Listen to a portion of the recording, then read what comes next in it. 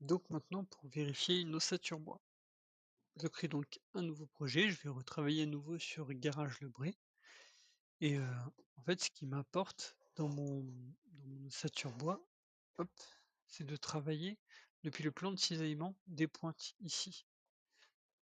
Donc pour travailler depuis ce plan de cisaillement, je vais me mettre dedans, clac, Alt Z, mince, clac, voilà. Donc je sais que j'ai un rectangle qui fait tac 9,91 par 9,91. Donc ça, c'est la largeur et la hauteur de mon bâtiment. Et mes panneaux de USB ici font 2,42 de haut. Du coup, quand je suis ici, je crée un mur ossature bois, je me mets là. Mon niveau 0, je suis à 2,42, c'est ce qu'on vient de voir, appliqué. Et maintenant, pour créer un mur, je clique là. Ici, mon point de référence, c'est le point 0. Donc x, y, z égale 0, c'est ici. Ma première commande, c'est x égale 9,91, c'est-à-dire que je vais me déplacer suivant x de 9,91 mètres. Entrée. Je fais pareil, suivant y, parce que c'est un carré. Et puis pour revenir suivant sur mes traces, je fais des valeurs négatives. Y moins 9,91. Donc là, c'est bon. J'ai fait, mon premier niveau. Ensuite, je peux rajouter un deuxième niveau. Donc hop, niveau 1. Et ce deuxième niveau ici sera bien au-dessus, là où vient de se placer mon repère. Ce deuxième niveau, lui, il ne comporte que deux endroits. Je vais vous les montrer lesquels. Donc il y aura d'un côté ce mur-là et de l'autre celui-ci. Donc celui-ci, il commence non pas à 9,91, mais ils font de largeur ces murs. Hop, ils font 10,22 m. Donc, pour avoir mon point de départ, je fais 10, donc mes 10,22 m moins 9,91, ça me donne 0,31 divisé par 2, ça me donne 0,15. Donc mon xref ici, ça sera 0, ça sera pardon, moins 0,15 entrée. Donc ça c'est bon. Et ici, je vais arriver, donc j'ai dit à 10,22. Sauf que ma hauteur, mince, ma hauteur de mon niveau ici, et je suis plus à 2,42, mais je vais prendre ce petit niveau là, je serai à 4,2 cm. Donc 0,04. Donc ça c'est bien la hauteur de mon niveau. Je reviens là. Donc là j'ai dit que j'étais à moins 0,15. La commande c'était x 10,22. Entrée. Donc là j'ai fait un tout petit mur. Je fais la même chose de l'autre côté. C'est-à-dire que cette fois-ci j'essaie de me placer ici. Donc je clique sur ce point-là. Il m'a bien mis. Hop. Je clique sur ce point-là. Donc là il m'a mis ma référence c'est x0, y0, très bien. Maintenant ici je vais en moins 0,15.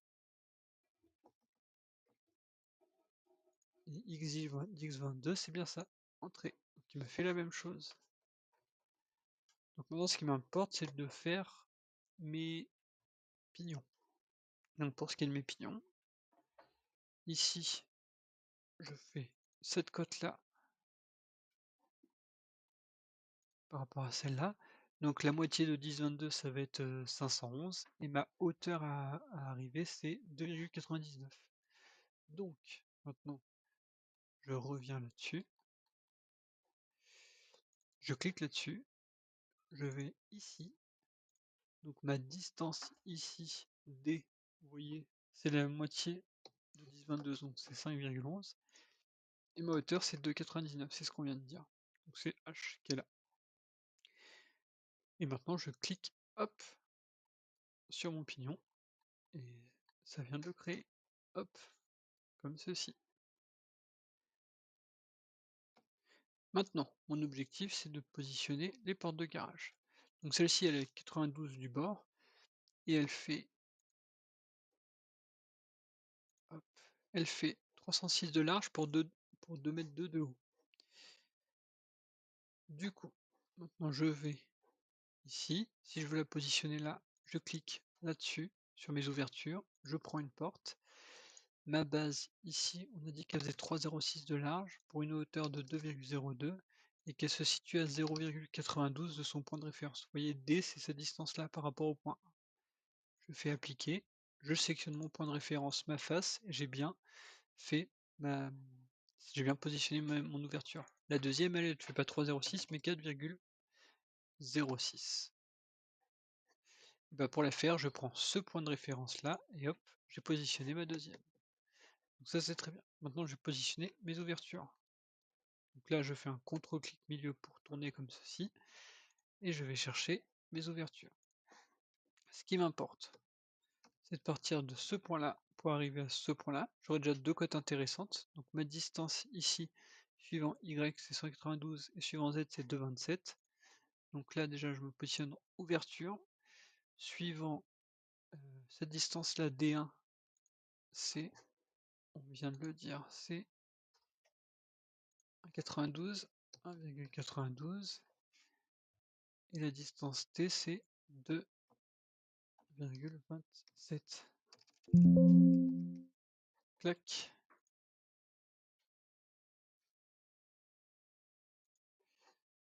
Et ensuite, il faut que je rentre les cotes de ma fenêtre.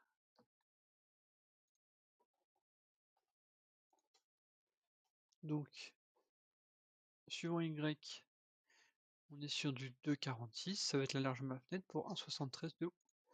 Donc là, hop, ma base ici c'est 1,73 et la largeur ici c'est, je me trompe, ici c'est 1,73 pour mettre ici 2,46.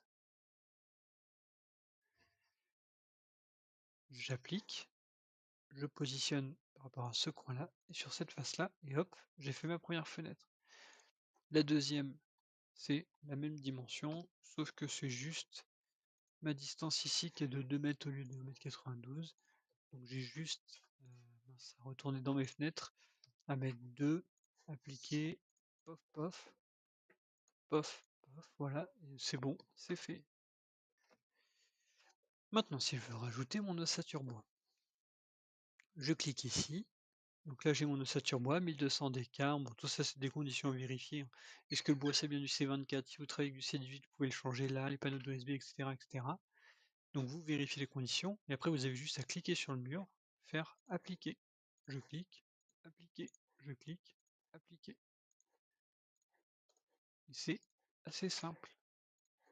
Donc là, j'ai appliqué mon ossature bois partout. Par exemple, si ici, là mon calpinage, par exemple, ça me satisfait pas parce que j'ai 3 panneaux, là je pourrais en avoir moins. Bah, je peux cliquer ici, modification de calpinage. Je prends ce point-là, cette face-là, et là je vais lui demander de modifier mon calpinage. Donc il me l'a bien mis en 2 panneaux. Celui-ci, je pourrais faire la même chose. Donc je prends ce point-là, cette face-là, et hop, il m'a modifié mon panneau. Et là pareil, ce point-là, cette face-là, hop. Donc comme ça, je diminue le nombre de, de panneaux. Ici pareil, clac. Ici pareil, clac. Et voilà, j'essaie d'en avoir le plus possible qui vont travailler. Donc ça c'est bon. Après au niveau de mes charges, bah, au niveau de ma pente de toiture, bon, vous pouvez laisser en automatique à ce niveau-là. On est sur 30 degrés. Clac. Qu'est-ce qu'il y a d'autre à rentrer? On va rentrer rien de plus. Ici, on va vérifier que le vent. On va pas s'occuper des charges verticales. Donc là, il m'indique que c'est pas vérifié entièrement parce qu'elle est pas stable dans toutes les directions. J'ai rien qui est en rouge. Du coup, ça c'est assez. Enfin, c'est correct. En gros, vous voyez, ça, c'est les différents taux de travail des différents panneaux.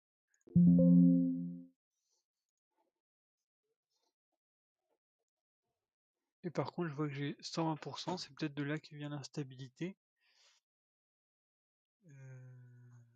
sur un panneau. Et ce sont effectivement les panneaux qui sont intermédiaires là, et c'est ce qui m'affichait dans son message d'erreur. Donc ça veut dire quoi? C'est-à-dire que si je reviens ici, ces panneaux-là sont trop sont, sous-dimensionnés, pas assez costauds en tout cas pour reprendre le vent à cet endroit-là. Voilà. Et ça c'est, enfin c'est normal sur ce chantier-là en fait. En réalité, on a rajouté une poutre au vent juste là et on a rajouté des cadres métalliques dans l'ossature pour pouvoir, reprendre le vent à cet endroit-là. Voilà, j'en ai fini pour, ce petit tuto sur comment gérer une ossature bois sur accord. C'est fini.